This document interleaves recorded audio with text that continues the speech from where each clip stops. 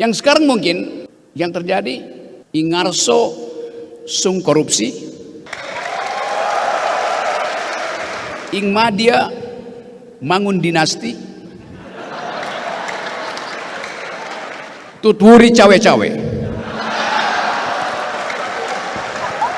Setiap bayi yang lahir hari ini, dia sudah dibebani utang pemerintah sebanyak 40-50 juta rupiah.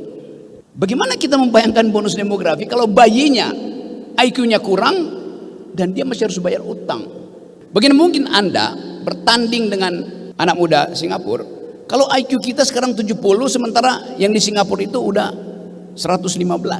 Dari awal kita udah kalah tuh. Karena nutrisi yang diperlukan oleh rahim perempuan untuk menghasilkan generasi berpikir, nutrisinya berubah menjadi aspal jalan tol.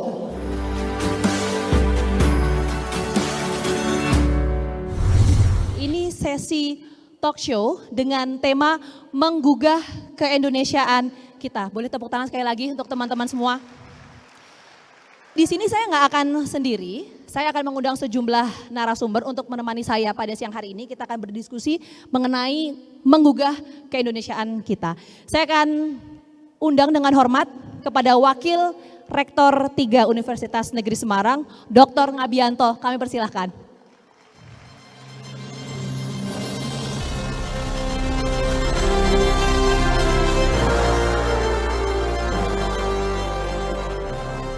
Oke. Selanjutnya kami juga turut mengundang ini founder ASA Indonesia sekaligus pernah menjabat sebagai Ketua KPK. Pak Abraham Samad, kami persilahkan.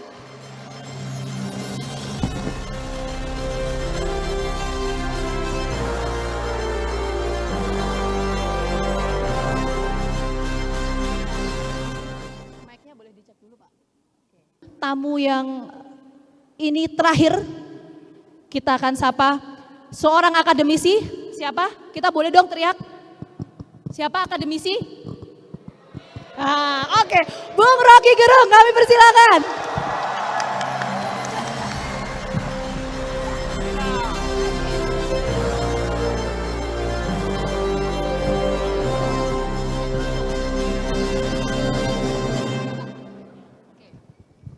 Pak, ke soal tema kita hari ini menggugah keindonesiaan kita. Ingarso sang tulodo, Ingmadia mangun karso, tutwuri handayani. Ingmadia mangun karso, tutwuri handayani.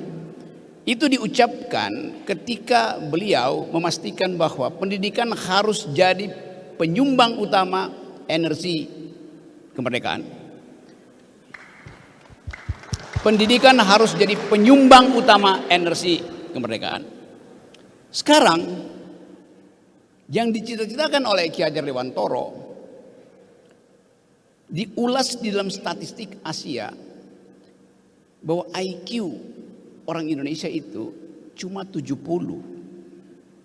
Sementara Singapura 115, Vietnam 105. Jadi kalau kita bayangkan bahwa energi yang diucapkan oleh Ki Hajar Dewantoro dibatalkan oleh proyek-proyek pendidikan yang ngaco selama ini. Kan itu dasarnya kan. Yang sekarang mungkin yang terjadi, Ingarso sung korupsi,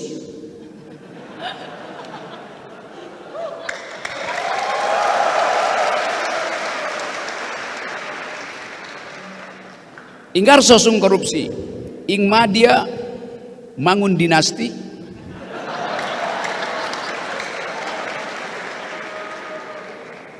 tutwuri cawe-cawe.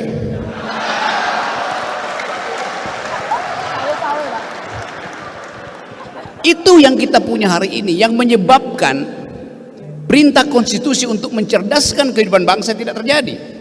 Perintah konstitusi untuk memelihara fakir miskin juga tidak kita peroleh. Hanya dua hal perintah konstitusi buat presiden. Satu, cerdaskan kehidupan bangsa. Dua, pelihara fakir miskin. Artinya tingkatkan IQ nasional dan jaga daya beli. Itu intinya. Jadi tadi kalau Mbak moderator Vina bertanya tentang grafik aktivitas mahasiswa. Dari dulu mahasiswa selalu terlibat di dalam momen-momen kritis ketika dua perintah konstitusi itu diabaikan oleh pemimpin.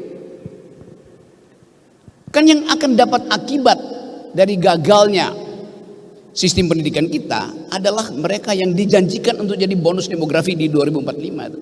Bagaimana mungkin Anda bertanding dengan anak muda Singapura kalau IQ kita sekarang 70 sementara yang di Singapura itu udah 115. Dari awal kita udah kalah tuh. Karena nutrisi yang diperlukan oleh rahim perempuan untuk menghasilkan generasi berpikir, nutrisinya berubah menjadi aspal jalan tol. Trade off-nya jelas di situ. Dan itu yang diperlihatkan juga oleh statistik bahwa per hari ini stunting itu, kekurangan nutrisi pada bayi, setiap 4 kelahiran bayi 1 pasti kekurangan gizi karena prevalensinya kita 25%. Ada Pak Dokter yang tahu angkanya. Apa akibat dari bayi yang kekurangan nutrisi di usia belajarnya, di usia formative years-nya? Otaknya tidak akan tumbuh atau menyusut 25%. Bagaimana otak yang menyusut 25% diandalkan sebagai bonus demografi di 2045? Bagaimana caranya? Lebih dari itu, setiap bayi yang lahir hari ini dia sudah dibebani utang negara, utang pemerintah sebanyak 40 sampai 50 juta rupiah. Bagaimana kita membayangkan bonus demografi kalau bayinya IQ-nya kurang dan dia masih harus bayar utang negara? Kalau saya undang satu lembaga survei di sini dan saya minta dia tanya pada calon-calon ibu di sini,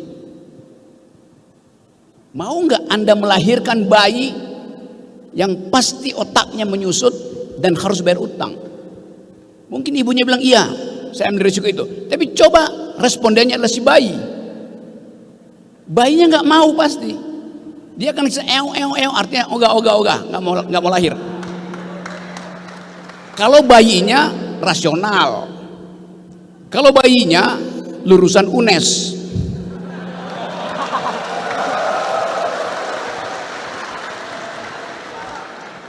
saya nggak tahu kalau bayinya lulusan UGM.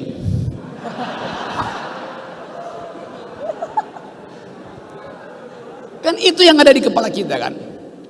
Kan kita ingin bangun generasi ini supaya bisa kompetisi dengan mahasiswa lain di sekitar negara tetangga kita.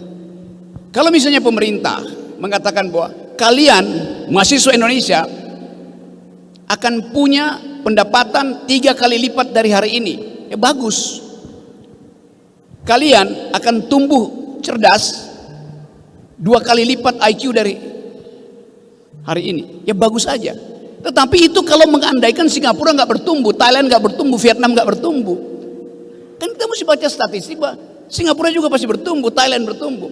Jadi buat apa daya beli kita bertumbuh 3 kali lipat kalau Singapura bertumbuh 7 kali lipat, kalau Vietnam bertumbuh 10 kali lipat? Ya sama juga. Secara absolut kita miskin. Kan itu dasarnya kan. Itu sebetulnya penipuan-penipuan statistik yang dibikin oleh negara. Sekarang masih soal generasi baru tuh. Apa pikiran generasi baru tentang masa depan dunia? Bulan lalu saya muter-muter Eropa, bicara dengan banyak teman-teman muda di Eropa termasuk orang Indonesia. Mereka bilang begini,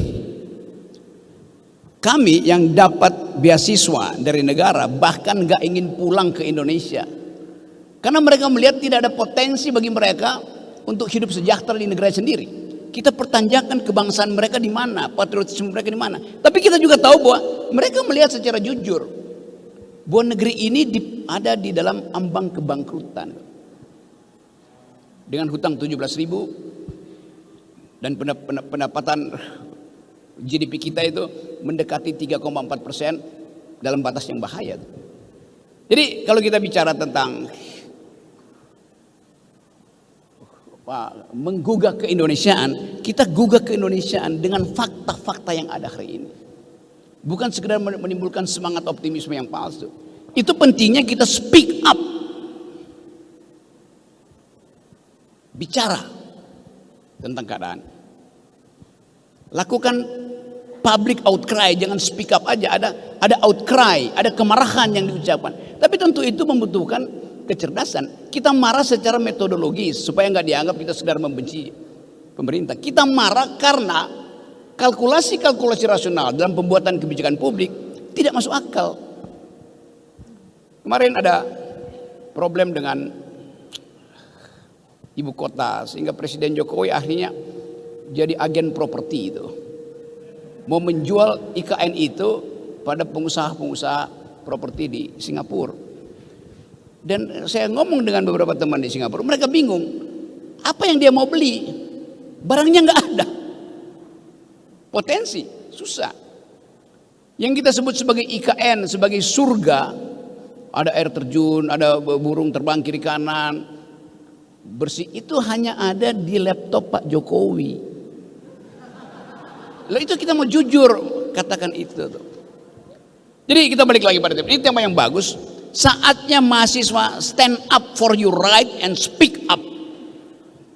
Demi hak-hak masa depan kita tuh.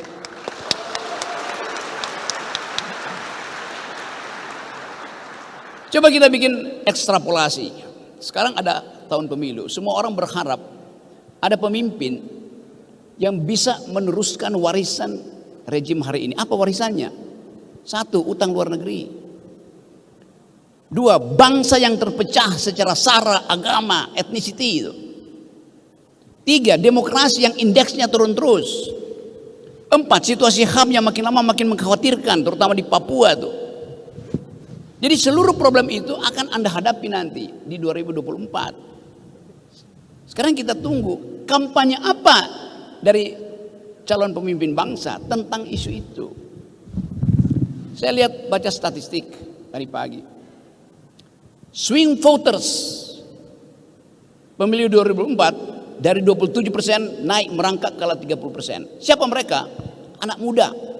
Swing voters artinya anak-anak muda ini nggak tahu mau pilih siapa, dia tunda coblosannya tuh, karena dia mau mendengar suara dari UNES, suara dari Abraham Samad.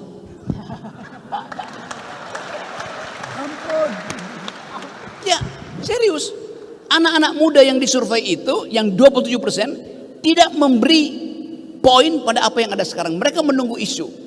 Waktu di cross tabulasi apa isunya? Mereka menunggu ada pemimpin yang paham tentang environmental ethics, green economy. Ada pemimpin yang paham tentang global security. 2 isu itu, isu strategis di dunia, bukan cuma di Indonesia. Jadi kalian sebetulnya, kalau saya duga, kalian pasti swing voters yang menunggu pengarahan dari Rocky Gerung. Karena waktu di cross tabulasi, swing voters itu adalah para penonton ILC dan FNN, di mana tiap hari saya ngoceh tentang environmental ethics dan global security problem. Ada tokoh-tokoh agama di situ. Jadi Anda sebetulnya sedang menyumbang pada harapan baru, harus ada pikiran alternatif tentang bangsa ini. Itu yang tidak, kita nggak tahu apa yang dipercakapkan di balik layar koalisi-koalisi itu. Yang seringkali nggak masuk akal. Coba saya kasih contoh bagaimana nggak masuk akal. PDIP misalnya, ide kebangsaan dia adalah keadilan sosial. Keadilan sosial versi apa? Marxisme, kapitalisme, pasti versi sosialistis. Karena Bung Karno anti imperialisme, Ki Hajar Dewantoro anti imperialisme. Maka PDIP ideologi politiknya adalah sosialistik. Lalu Sandiaga Uno diundang untuk jadi cawapres oleh P3. Apakah Sandiaga Uno Muslim? Muslim. Apakah orientasinya Islam? Bukan. Kapitalis. Jadi apa kebutuhan PDIP dengan Sandiaga Uno? Amplop. Itu aja. Sangat pragmatis. Ya. Erick Thohir juga begitu. Apakah Erick Thohir mewakili NU? Tidak. Dia mewakili konglomerasi, mewakili oligarki. Jadi kejujuran itu yang mesti kita pertanyakan hari ini. Nah, saya terangkan itu bukan untuk memprovokasi, karena UNES mengundang saya mengambil risiko juga kan.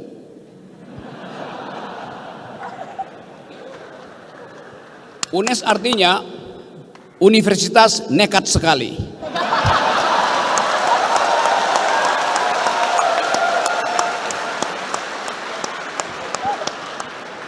Tapi perubahan hanya bisa dimulai oleh kenekatan. Bukan oleh kaum pragmatis, bukan oleh kaum oportunis. Jadi saya tahu bahwa energi di ruangan ini ada energi untuk menghendaki perubahan. Nah tadi balik pada pertanyaan Vina tadi. Di mana posisi mahasiswa sepanjang periode reformasi ini? Waktu kita mulai reformasi tahun 98, saya bawa mahasiswa saya demo di Semanggi dan di Uber-Uber oleh Brimob. Mahasiswa saya masuk ke ruang parkir Atmajaya, masih di Uber kita lompat pagar, nyampenya di got di belakang Atmajaya. Saya bawa mahasiswa saya, mahasiswa filsafat UI. Teman saya, Khatib Basri, yang kemudian jadi Menteri Keuangan, bawa mahasiswa dia dari Fakultas Ekonomi. Jadi kita dulu membawa mahasiswa kita untuk demo karena menghendaki perubahan. Saya ambil risiko. Banyak dosen yang turun ke jalan membawa mahasiswa sendiri. Rektor bahkan ngompori mahasiswa untuk turun ke jalan. Pada waktu itu zaman Orde Baru. Sekarang zaman reformasi, idenya adalah kampus merdeka, merdeka belajar. Kampus merdeka tapi rektornya dirantai.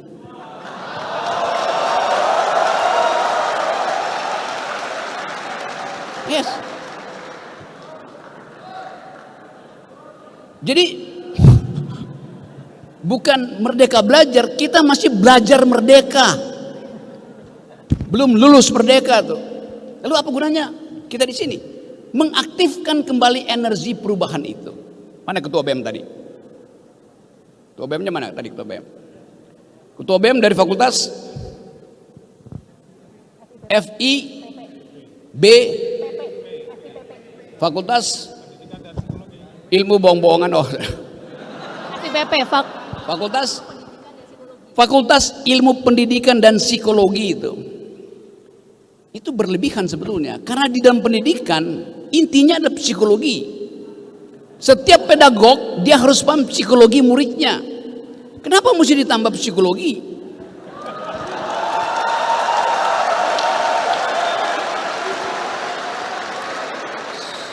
Saya tahu akal-akalannya. Karena kalau hanya disebut fakultas pendidikan, seolah-olah cuma mau jadi guru. Gak ada orang sekarang yang mau jadi guru, karena gajinya kurang. Sekaligus maka diakalinlah fakultas pendidikan dan psikologi supaya bisa buka klinik konsultasi jadi psikolog misalnya. Tambahan sama dengan fakultas ekonomi, ditambah lagi sekarang fakultas ekonomi dan bisnis, supaya aspek bisnisnya itu lebih kuat daripada ilmu ekonomi. Kan itu intinya kan. Jadi ini permainan-permainan ya ditambah-tambahkan lah supaya kelihatan keren tuh.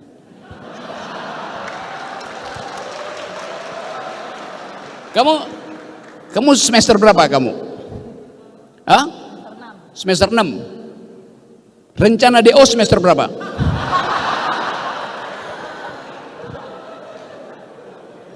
Kenapa nggak ada rencana DO? Kenapa mesti lulus? Karena ijazah itu penanda dia bisa cari kerjaan. Padahal ijazah Anda bertumbuk, perusahaan Anda akan bilang, saya cari di Google ya, Anda pernah berpikir apa selama ada di UNES? Pernah melakukan inovasi apa yang bisa dipamerkan di ruang inovasi itu? Kalau nggak ada, bertumpuk pun ijazahmu, korporasi bilang enggak, saya nggak perlu saudara itu. Karena nggak ada fasilitas untuk membiayai saudara dalam keadaan saudara baru punya ijazah tuh. Nggak ada.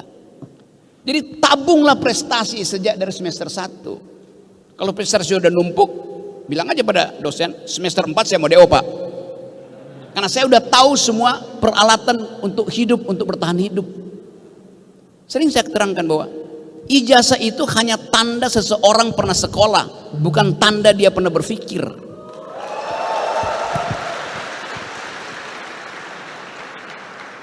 Yang punya ijazah asli aja belum tentu bisa berpikir, apalagi yang ijazahnya palsu. Logika begitu.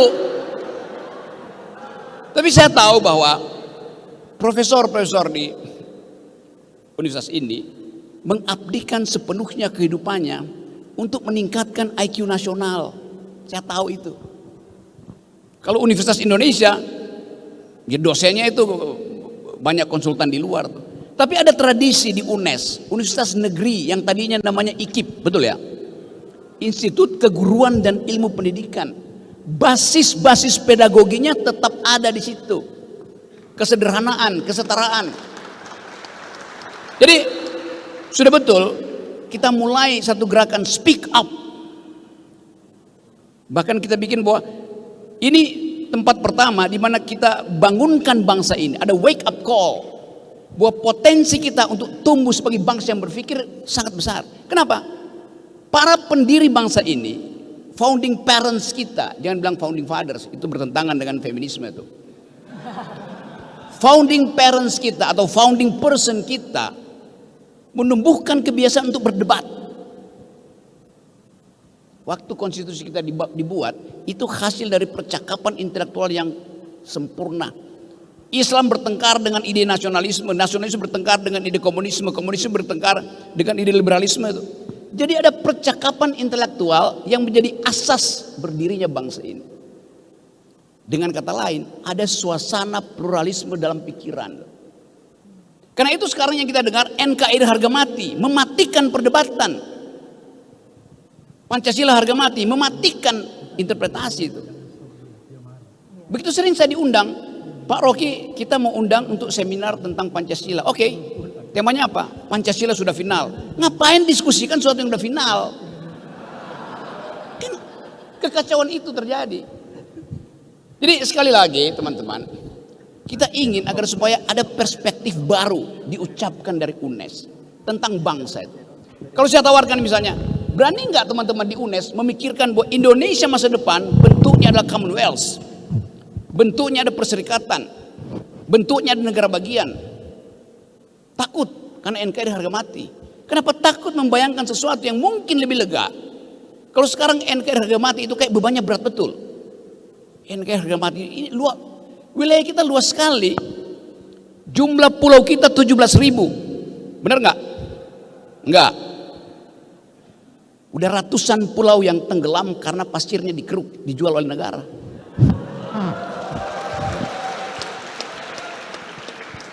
Yang membahayakan ekologi, pasir yang digali dari pantai Semarang itu merusak ekologi Semarang. Pasirnya dibawa ke Tangerang untuk reklamasi, merusak ekologi Tangerang.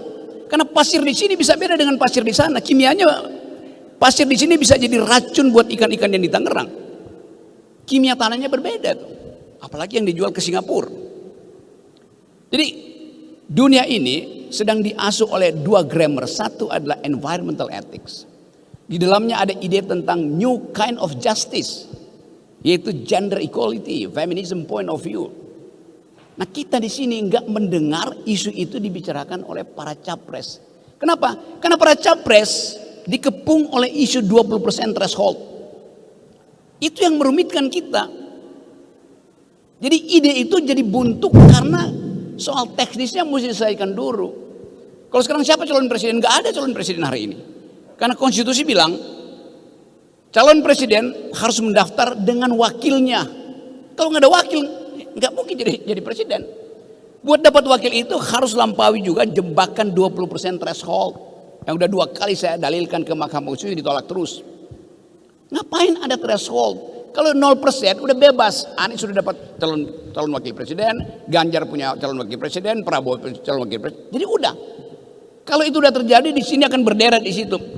Anies di situ, Prabowo di situ, Ganjar kursinya habis.